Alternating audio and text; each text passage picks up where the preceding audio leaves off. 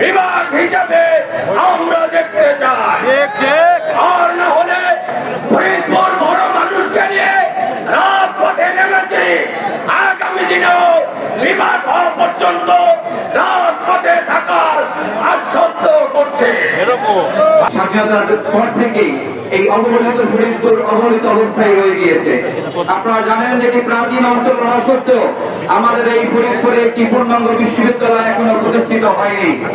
এজন্য আমরা এই আজকে সমাবেশ থেকে দাবি করতে চাই, বিভাগীয় সিদ্ধান্ত বাস্তবায়নের সিদ্ধান্ত হয়েছে, কোনো কাল বিলম্ব না করে অতি দ্রুত ফরিদপুর বিভাগকে বাস্তবায়ন করা হোক। গণতান্ত্রিক পথে দাবি আদায় সম্ভব না হলে কিভাবে দাবি আদায় করা যায় সেটা ফরিদপুরবাসী জানে এবং আগামীতে ফরিদপুরের সকল শ্রেণী পেশার মানুষকে সাথে নিয়ে ফরিদপুরের উন্নয়নের জন্য যা যা করণীয় আমরা রাজনৈতিক দল হিসাবে এই দাবি বাস্তবায়নের জন্য সর্বোচ্চ সন্তুষ্ট থাকবো।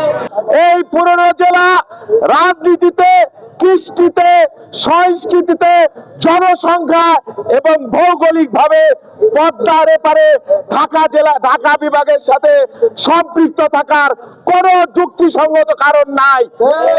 বছরের পর বছর ফরিদপুরের মানুষের সামনে মূলা ঝুলিয়ে রাখা হয়েছিল, ললিপপ ঝুলিয়ে রাখা হয়েছে। বিগত 17 বছর ফরিদপুরের মানুষের সাথে ধোঁকা দেওয়া হয়েছে, প্রতারণা করা হয়েছে। শেখ হাসিনা ফরিদপুরে এসে ঘোষণা দেবার পরেও বাবার নামে শুধুমাত্র গোপালগঞ্জে বিভাগ করতে পারে না, সেই জন্য বিদেশ থেকে ফরিদপুর বিভাগ করে নাই। পুরনো জেলা হিসেবে ফরিদপুরে একটি পাবলিক বিশ্ববিদ্যালয় থাকার কথা ছিল।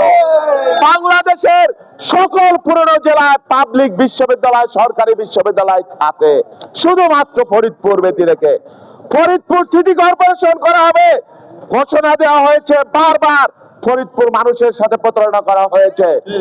দ্বিতীয় পদ্মা সেতু, এটা আমাদের প্রাণের দাবি দীর্ঘদিন।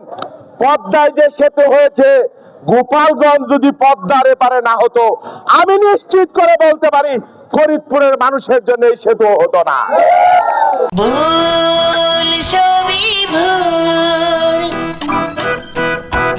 বিগত সরকার রাজনৈতিক এজেন্ডা বাস্তবায়নের জন্য তারা এই ফরিদপুরের বিভাগ বাস্তবায়নে গড়িমসি করেছে এবং ফরিদপুরকে উন্নয়নের ধারা থেকে পিছুতে রাখার চেষ্টা করেছে। আমরা লজ্জিত।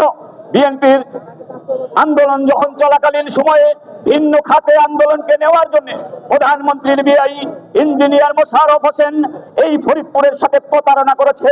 বিভাগ ঘোষণা হয়েছে, সিটি কর্পোরেশন ঘোষণা করা হয়েছে, ডিসিএসপি কে মিষ্টি খাওয়ানো হয়েছে।